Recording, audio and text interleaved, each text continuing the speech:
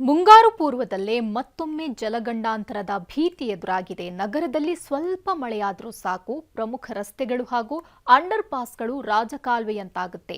ಆದರೆ ಜಿಬಿಎ ಅಗತ್ಯ ಕ್ರಮಗಳನ್ನು ಕೈಗೊಳ್ತಿದೆ ಅಂತ ಹೇಳ್ತಿದೆ. ಹಾಗಿದ್ರೆ ಜಿಬಿಎ ಹೇಳೋದೇನು? ಇಲ್ಲಿದೆ ನೋಡಿ ರಿಪೋರ್ಟ್.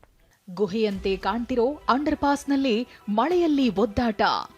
2 ವರ್ಷಗಳ ಹಿಂದೆ ಒಂದು ಜೀವವನ್ನೇ ಬಲಿ ಪಡೆದಿದ್ದ ಕೆಆರ್ ಸರ್ಕಲ್ನ ಮಳೆ ಅವಾಂತರ ಮುಂದುವರೆದಿದೆ.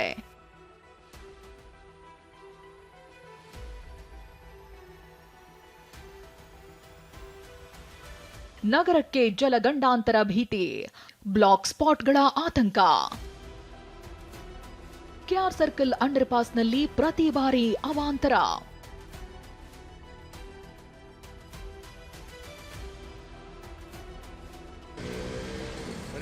ಬೆಂಗಳೂರಿನಲ್ಲಿ ಮಳೆಯಾದ್ರೆ ಅವಾಂತರಗಳ ಸರಮಾಲೆ ಸೃಷ್ಟಿಯಾಗುತ್ತೆ.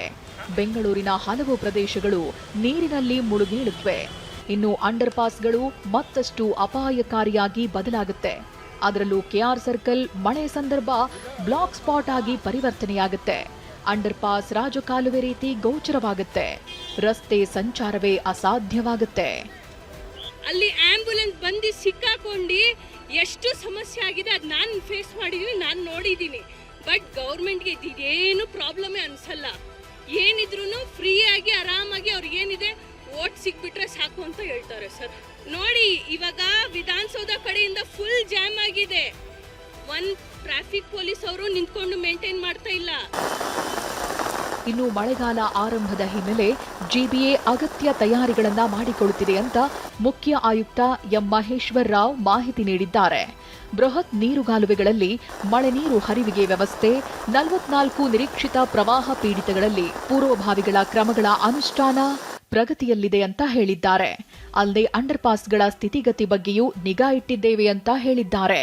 ಎಲ್ಲ ಅಂಡರ್ ಪಾಸಸ್ನಲ್ಲಿ ಸಮಸ್ಯೆ ಬರ್ತಾ ಇದೆ. ನಾವು ನೋಡಿದ ಪ್ರಕಾರ ಹೈಗ್ರೌಂಡ್ಸ್ನಲ್ಲಿ ಈಗ ಅಲ್ಲಿ ವ್ಯವಸ್ಥೆ ಪ್ರಾಬ್ಲಮ್ ಇಲ್ಲ. ಇಲ್ಲಿ ಒಂದು ಕೆ ಆರ್ ರೋಡ್ ಅಲ್ವಾ, KR ಸರ್ಕಲ್, ಅಲ್ಲಿ ಮಾತ್ರ ವಿಶೇಷ ಗಮನ ಈಗ ನಾವು ತಗೊಳ್ತೀವಿ. ಅದರ ಬಗ್ಗೆ ಸಹ ನಾನು ಡೀಟೇಲ್ಸ್ ಪಡ್ಕೊಳ್ತೇನೆ.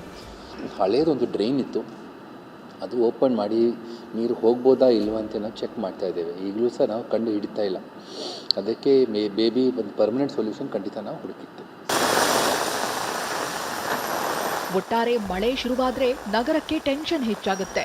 ಹೀಗಾಗಿ ಈ ಬಾರಿಯಾದ್ರೂ ಜಿಬಿಎ ಹಾಗೂ ಪಾಲಿಕೆ ಅಧಿಕಾರಿಗಳು ಅಗತ್ಯ ಮುನ್ನೆಚ್ಚರಿಕೆ ಕ್ರಮಗಳನ್ನ ಕೈಗೊಳ್ತಾರಾ ಅಥವಾ ಅದೇ ಹಳೆ ಕ್ಯಾಸೆಟ್ ಪ್ಲೇ ಮಾಡ್ತಾರಾ ಅಂತ ಕಾದು ನೋಡಬೇಕಿದೆ.